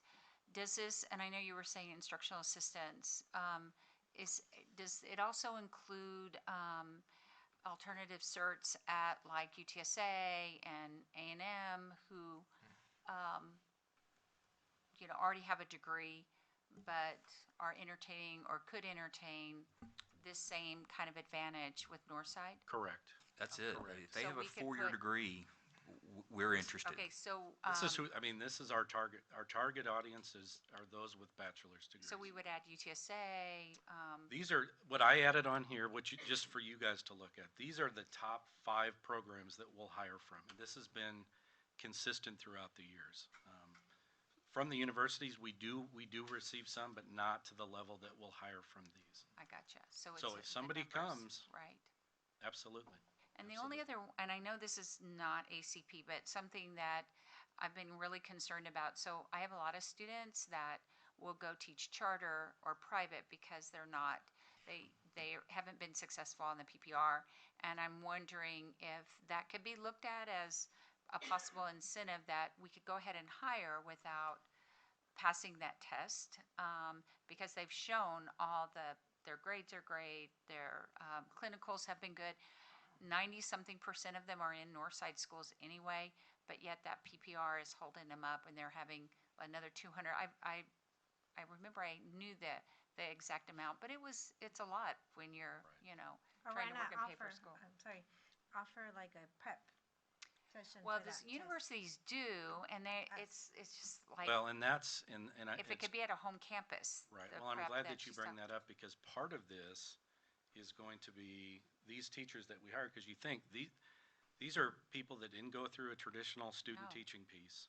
I mean, we're bringing in people from the outside, putting them in the classroom, and there's going to be a lot of people responsible for them, and mainly us too. So I know teaching and learning department is increasing a little bit with theirs, because I think for us it's our responsibility to help these people not only on the campus but provide opportunities for them from a district level to make them successful, so that when the year is over, they've gotten to the point where they get their statement of eligibility, they get their intern certification, and then they're ready to continue with us.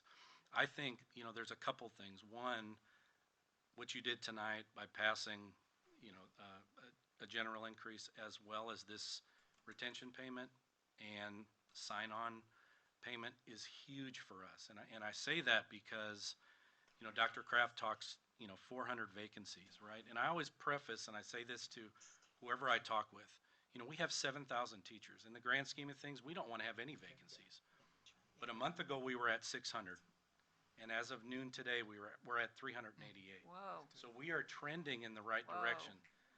The next 2 weeks for us are critical. 0. Critical. Well, that's our goal. Our goal is always 0. But the next 2 weeks are critical because in 2 weeks, at the end of this month, every other school district around us closes their doors, and they're all locked into contracts. So by you voting for this tonight, this provides us an opportunity for the next 2 weeks to go really, really hard after our competitors, because July 1 to July 14th, that's what they do to us. So just just to add on to what you just said, so what's our, and maybe it's a Barry question or a Dr. Kraft, what's our marketing plan? How fast can we get this out? Because I saw Northeast article came up about last night and their compensation plan, but we're not always, it seems to be random whether the news will cover this tomorrow. Yeah, that's a great question. They left. Barry, have you hit sent yet? Oh,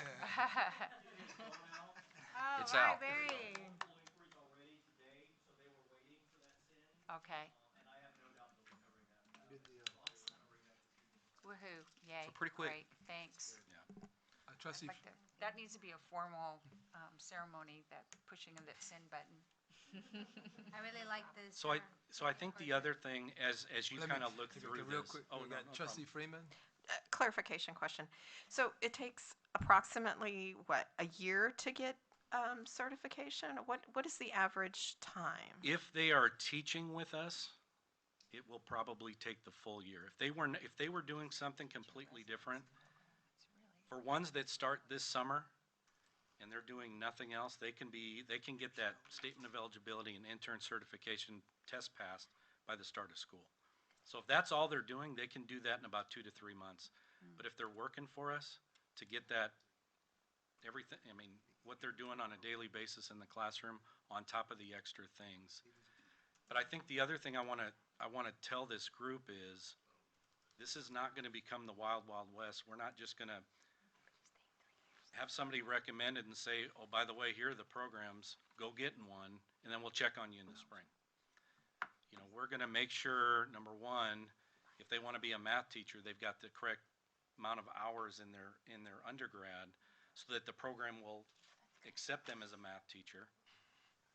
We're going to make sure that they're actually enrolled in a program before they sign anything with us. Then we will also be checking in not only with them, but their program, to make sure that they are on track to be, by the end of the year, that they're in a good place. Dr. Kraft talked about 2,000. We sent out an email this spring to the 2,000 people that currently work for us in some capacity. And we had an alternative certification night with 2 of these programs, and I know I talked about this. We had 110 people show Oh, up. good.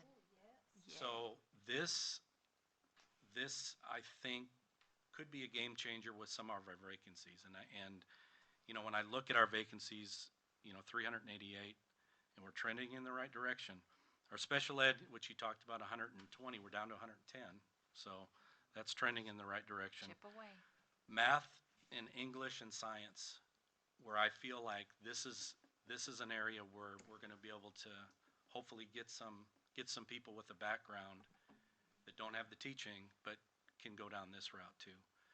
And Dr. Kraft talked about, you know, a $5,000 reimbursement. We're going to show them the programs. We're going to let them decide. But even the programs will tell you it is in your best interest to do a reimbursement versus an upfront. So by them signing a contract with us, making some money, they're going to have to be responsible to pay the bills essentially along the way. And like you said, at the very end, once they provide a statement of eligibility and an intern certification, then we can reimburse. Now let me, I don't, Trustee Darn, you got next, but just to clarify again, but we're just having a discussion tonight. Discussion. And then we'll Discussion. have the possible approval for action at the June, or at the end of the month? Yeah, just Okay. simply because we So haven't be had the careful. opportunity to bring this before a committee, nor before the full board, and this is an important initiative.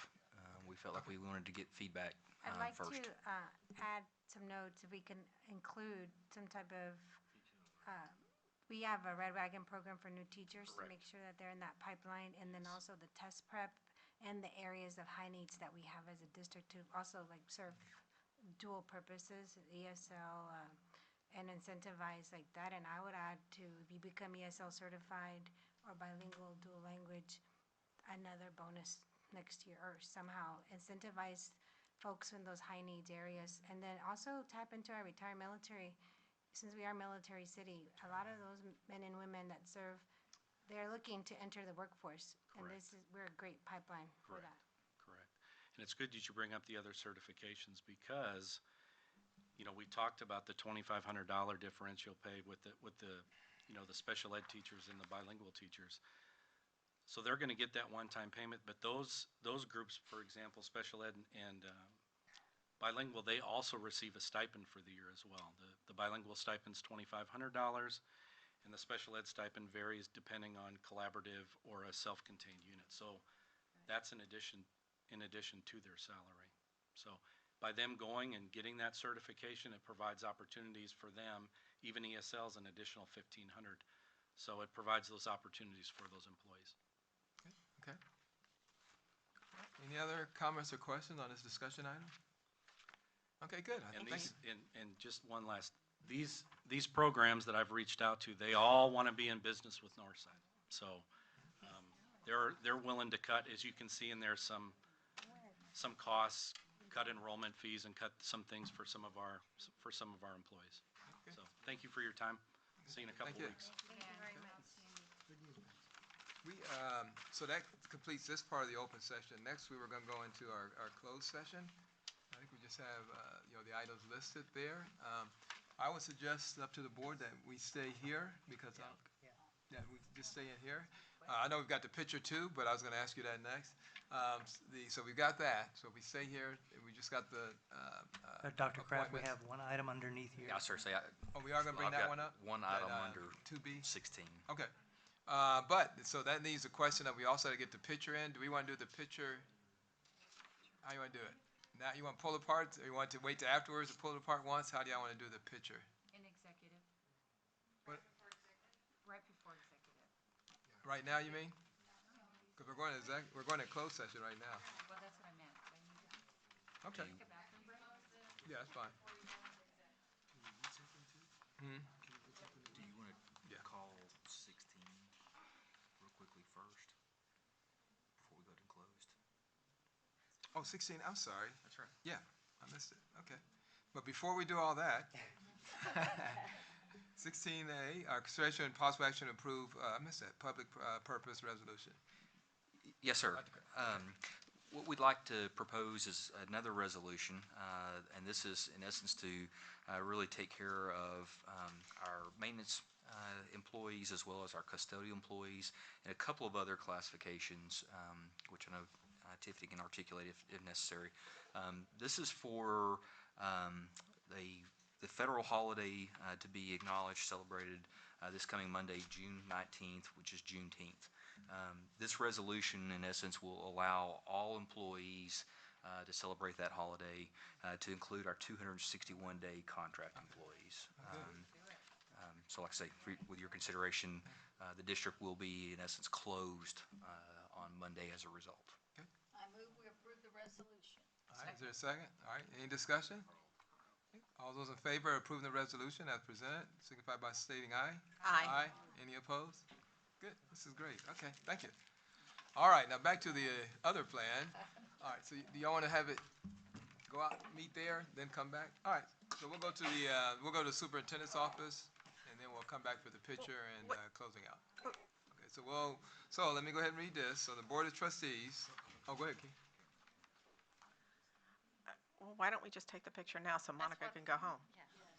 Oh, that's fine. We're taking a picture. We can do that now. I'm taking a picture. All right. Well, we just got to take this now. All right. So, Board of Trustees, beginning at, what time is it? 7:55. Will convene and close meeting in accordance with Texas Government Code 551071, 551073, 551074, and the other applicable sections as listed for 551. So we'll meet about 8:05.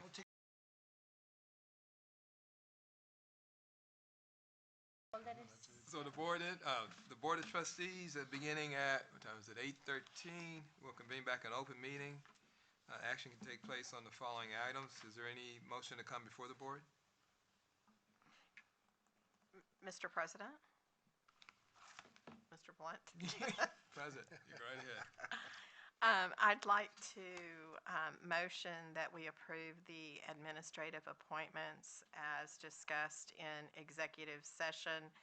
And would that include delaying item L, or pull item L. Okay. So pull item L for the All right, so, the 27th. Second. you know, okay, never mind. I don't know if y'all want to be tied to that date, the 27th, or just say to pull it. We'll plan on You bringing fine it. with it? Okay, okay. All right. Motion, we have a second from Gerald. Oops, I'm sorry. We got somebody. Lisa, go ahead. We got you covered. I was letting Chris out, so Okay. it's okay. All right. Motion and a second. All those in favor signify by saying aye. Aye. Any opposed? Great. And that ends our meeting, so we'll close our meeting at 8:14 p.m.